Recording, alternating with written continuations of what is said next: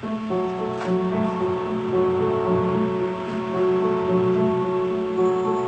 really like to tell this story to people because I think it kind of motivates them to keep their training, you know. When I first started in jiu-jitsu, I was a teenager. I was kind of old to start, you know, for the new generation of competitors, but I was getting bullied at school, and my mother, you know, she always felt bad that I would come home hurt, and she put me in jiu-jitsu to learn how to defend myself. I started doing jiu-jitsu, and I really didn't like to train because every day it was like I was being abused again. You know, every day I would just go there and get beat up. I wasn't a good student because I didn't want to be there. My mother told me, we're taking you out. I thought about it and I told my mother, you know, I don't want to leave. I want to try it again. When I first started wanting to train, of course I started getting better, you know, because when you want something, you look to improve. And I started getting better and better, and I started wanting to compete. And my goals into competition was just to beat up people. And this was very wrong, you know. I couldn't just improve by beating people up. I have this message because I know that a lot of people quit through their blue belt, you know. It's not how good your jiu-jitsu is, but how good jiu-jitsu is for you.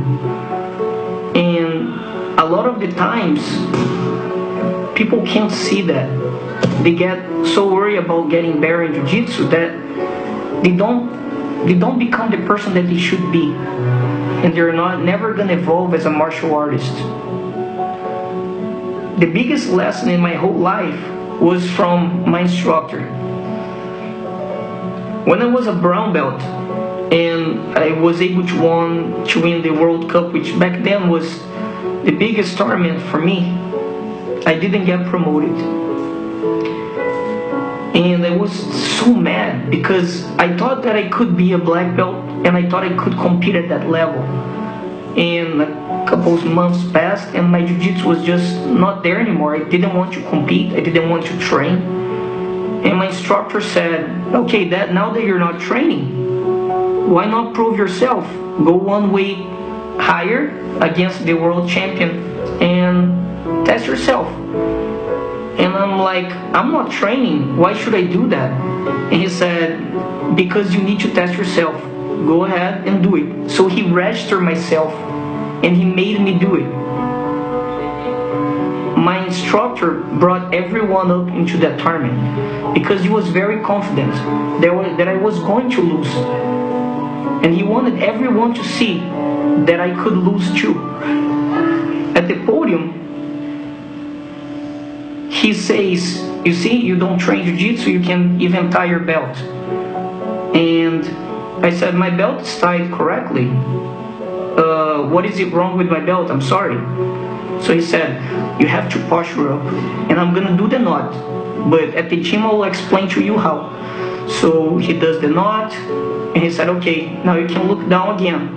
When I looked down, there was a black belt on my waist. And I was in the second place, and I really didn't want to get a black belt when I lost, you know, because I won everything. And when I finally lost, it was when he promoted me. And I asked him, why would you promote me when I lost? You know, I had all these happy days and you dismotivated me to train, to then promote me when I lost.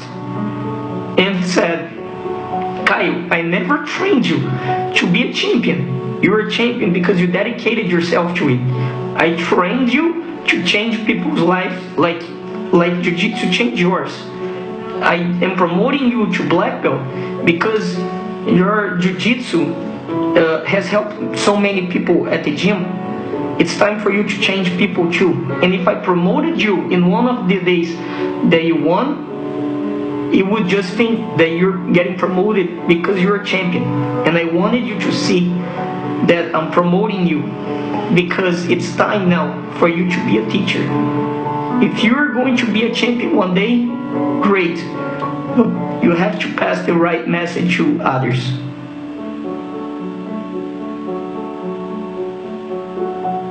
At first I thought jiu-jitsu was just about defending myself. Then I realized jiu-jitsu is so much more. It's not the medals, the tournaments you can win. Jiu-jitsu has not just made me a better person, but a better friend, a better father. And I know that jiu-jitsu can do the same for you.